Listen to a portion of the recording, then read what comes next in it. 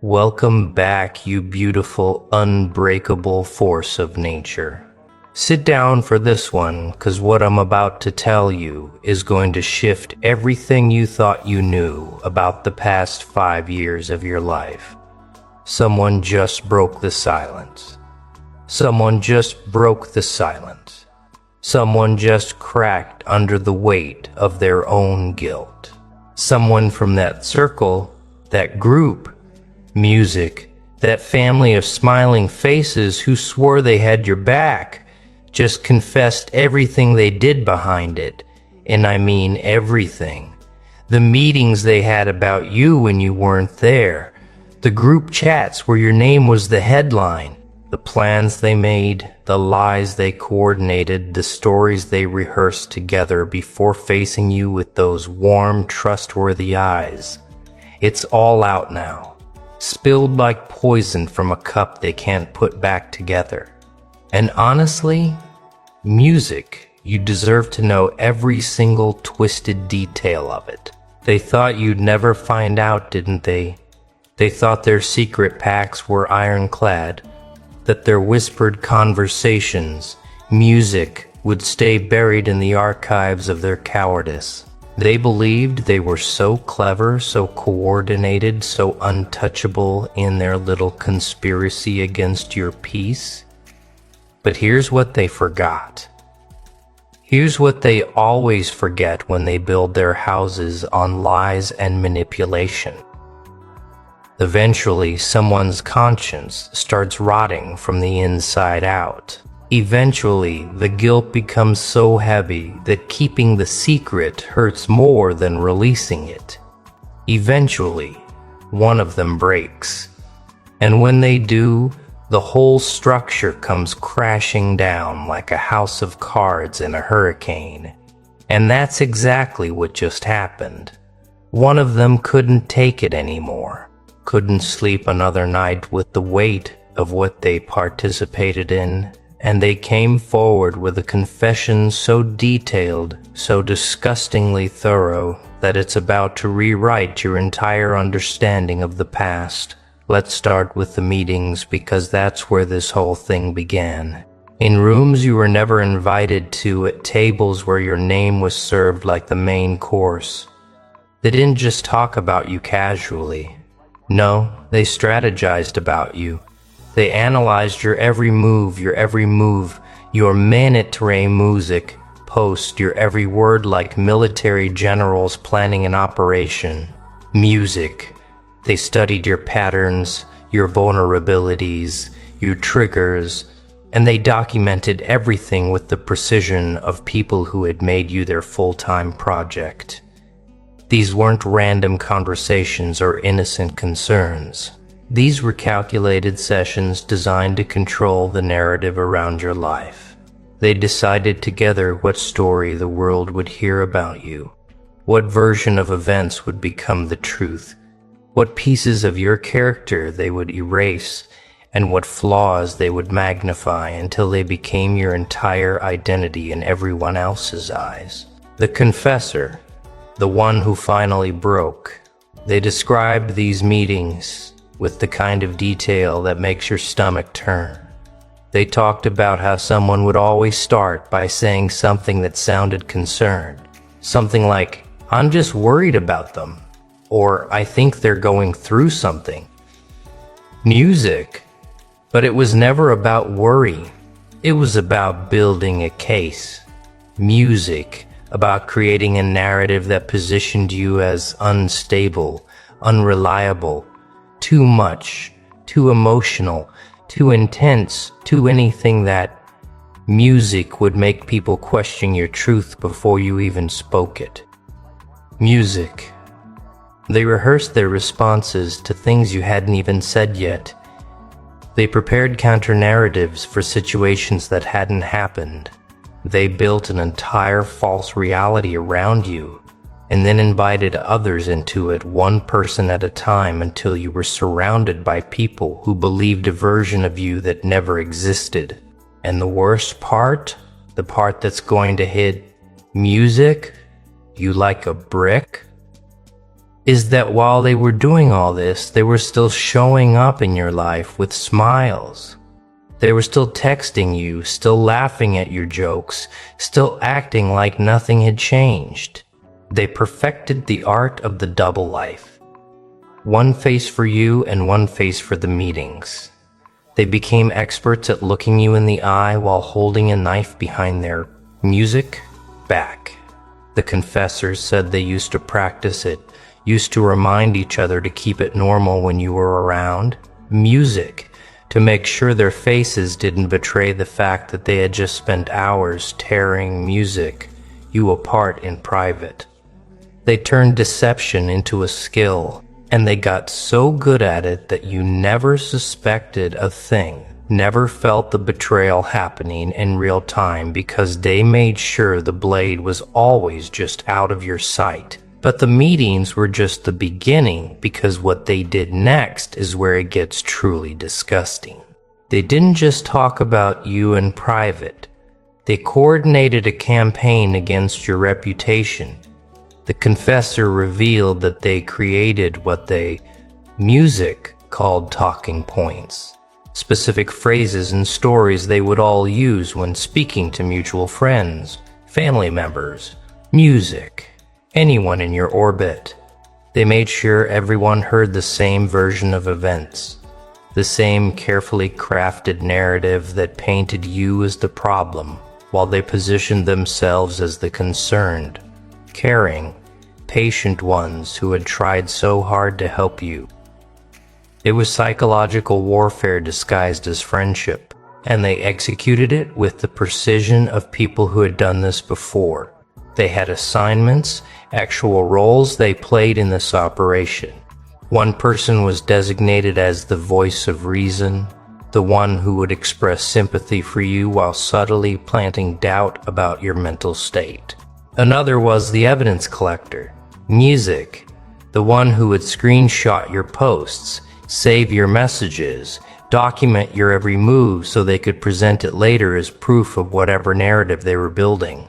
Someone else played the mediator, the person who would reach out to you occasionally with fake concern, music, asking if you were okay, not because they cared, but because they needed fresh material for the next music meeting.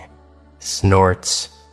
And there was always the amplifier, the one whose job was to make sure the story spread beyond your immediate circle, to whisper the narrative into the ears of people who barely knew you, but would now form their entire opinion of you based on coordinated lies. The confessor broke down crying when they described their own role in all this. How they had volunteered to be the one who stayed closest to you, who maintained the friendship while reporting back everything you said, every vulnerable moment you shared, every private struggle you confided. They called it gathering intel, but what it really was betrayal dressed up in strategic language. They admitted that there were times you would tell them something personal, something painful, and they would nod and hug you and tell you it was gonna be okay, and then they would immediately text the group with an update, turning your pain into ammunition, your vulnerability into evidence, your trust into their weapon. And the worst part, they said, was how easy it became. How quickly they stopped feeling guilty about it because the group had normalized it, had made it seem like they were doing something necessary, something protective, something justified. The confession included screenshots, actual proof of these group chats, where your name appeared hundreds of times. Messages where they laughed about things you had no idea were even being discussed. Conversations where they celebrated small victories in their campaign. Like when someone you both knew started to distance themselves from you, or when you posted something vulnerable and they knew they could use it against you later. Music. They treated your life like a game, your reputation like a ball they could toss around between them, your feelings like something irrelevant to their strategy. And reading through these messages, seeing the timestamps, realizing these conversations were happening on days when they were still texting you, thinking of you and here if you need music, anything. It's enough to make you question everything you thought you knew about human nature. Now, let's talk about the specific tactics they used, because this is where the confession gets truly disturbing. They didn't just spread lies. They engineered situations, music, designed to make you look unstable. The confessor described something they called provocation protocols, music, deliberate actions meant to trigger emotional responses from you that they could then use as evidence of your instability. Music. They would say things designed to upset you, then act shocked when you reacted. They would withhold information, change plans last minute, exclude you from events, all while watching to see how you'd respond, hoping you'd break down so they could point to your reaction as proof of everything they'd been saying about you. One particularly evil tactic they used was what the confessor called the setup, where they would create situations that had no good outcome for you. They would invite you to gatherings where everyone had already been briefed on the narrative against you, where people were primed to interpret everything you did through a negative lens. You could be quiet, and they'd call you withdrawn and antisocial. You could be engaged, and they'd call you attention-seeking and music desperate. You could tell a joke, and they'd call you inappropriate. You could be serious, and they'd call you too intense. There was no version of you that would be acceptable, because acceptance was never the goal. Validation of their predetermined narrative was, and after these events, they would have follow-up meetings where they would dissect your behavior, finding evidence to support their case in every single thing you did or didn't do. They also admitted to something called isolation engineering, where they systematically worked to separate you from anyone who might support you or see through their manipulation. They would plant seeds of doubt about you with mutual friends, subtle comments that sounded like concern but were designed to make people question your judgment, your stability, your version of events.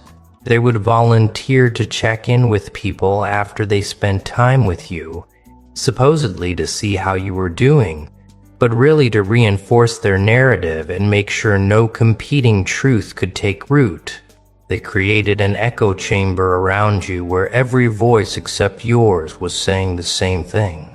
And they did it so gradually, so carefully, that you didn't even notice your support system, music, dissolving until it was already gone. The confessor revealed that they had actually studied manipulation tactics, that some members of the group had researched psychological techniques specifically to use against music, you. They learned about gaslighting, triangulation, projection, and they implemented these strategies deliberately. They would deny things they had clearly said, making you question your memory.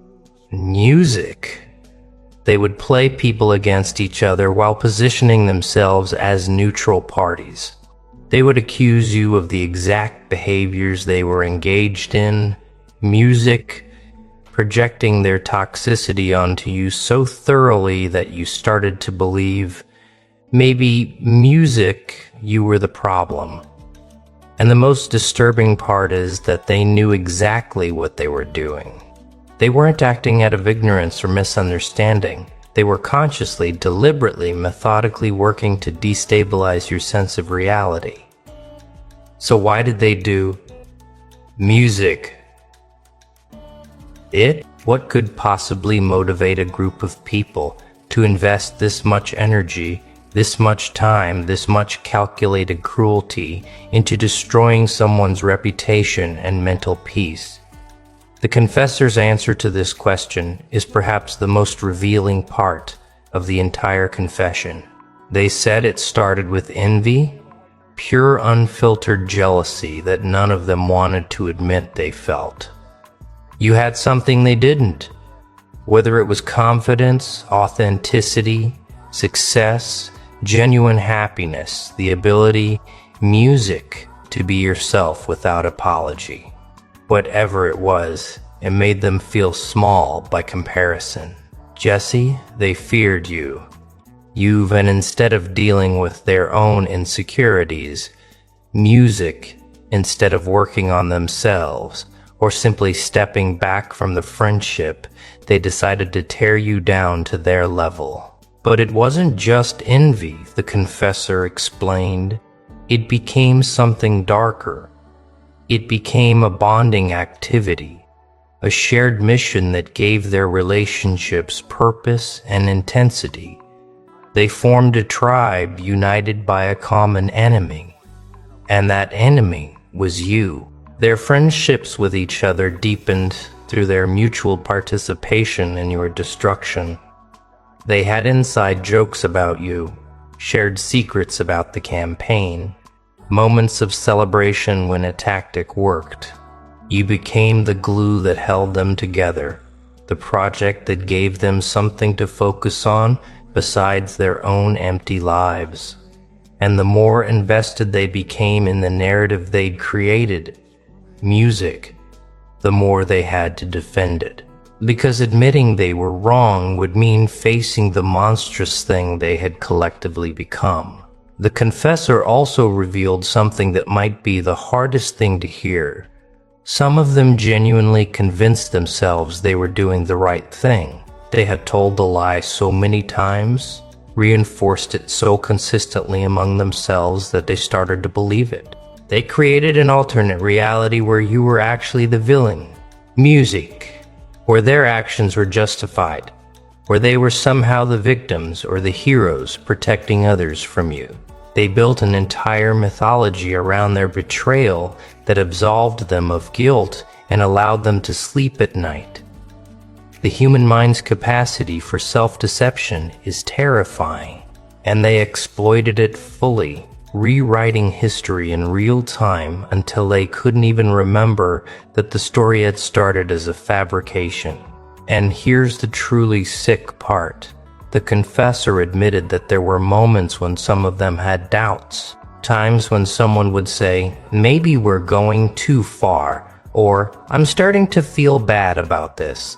But those doubts were always shut down by the group. They had created music, a culture where questioning the narrative was seen as betrayal, where showing compassion for you was treated as weakness or naivety. They reinforced each other's worst impulses, talked each other out of guilt, reminded each other of the story they'd agreed upon whenever someone's conscience started to surface. They became a cult with a single doctrine. You were the problem, and anything they did in response to that problem was justified. It's a level of collective delusion that would be almost impressive if it wasn't so absolutely music disgusting. Now, here's what happens next. Because this confession doesn't just expose them, it liberates you. Every moment of confusion you felt, every time you questioned yourself, every instance where you thought maybe you were being too sensitive or reading too much into things, all of it now makes perfect sense. You weren't paranoid. Music.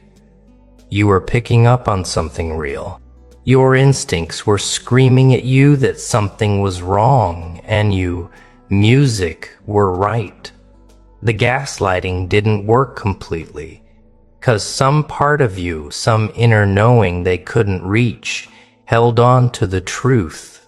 And now that truth has been validated in the most concrete way possible, through the confession of someone who was there, who participated, who kept records. But here's what they didn't account for. Here's the flaw in their entire operation. While they were busy trying to destroy you, you were busy becoming someone they could never touch. While they were having meetings about you, you were building music yourself in silence. While they were crafting narratives, you were living your truth. While they were investing all their energy into tearing you down, you were investing your energy into rising above anything they could possibly do. Music to you. They made you their full-time project, and in doing so, they revealed that their entire existence had become about you. While your existence had nothing to do with them, you already won. And this confession is just the universe's way of making sure you know it. The confessor said something that should bring you immense satisfaction. They're terrified now. Now that the truth is out, now that the confession exists, they're panicking.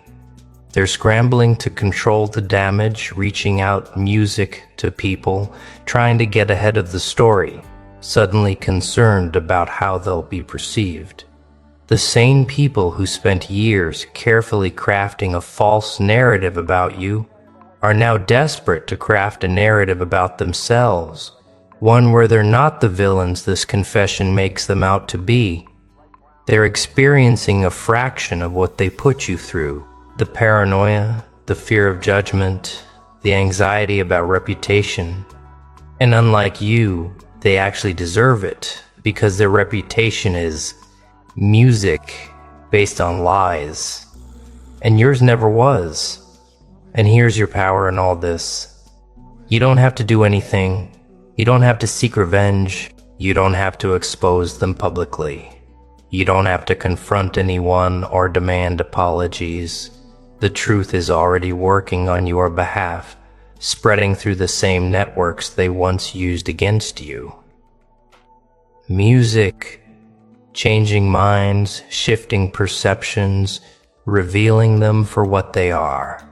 Your vindication doesn't require your effort because it's built on facts, on evidence, on confess. Their destruction is inevitable because it's built on lies that have now been exposed. You can simply continue living your life, being your authentic self, thriving in your truth, while they crumble under the weight of theirs.